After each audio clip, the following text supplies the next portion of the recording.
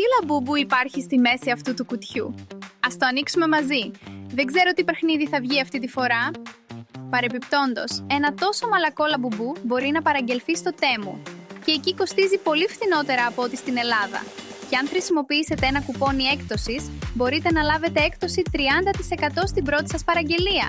Θέλετε το ίδιο λαμπουμπού? Αναζητήστε στο Temu. Το κουπόνι έκπτωσης βρίσκεται μπροστά σας. Αντιγράψτε το στην περιγραφή κάτω από το βίντεο.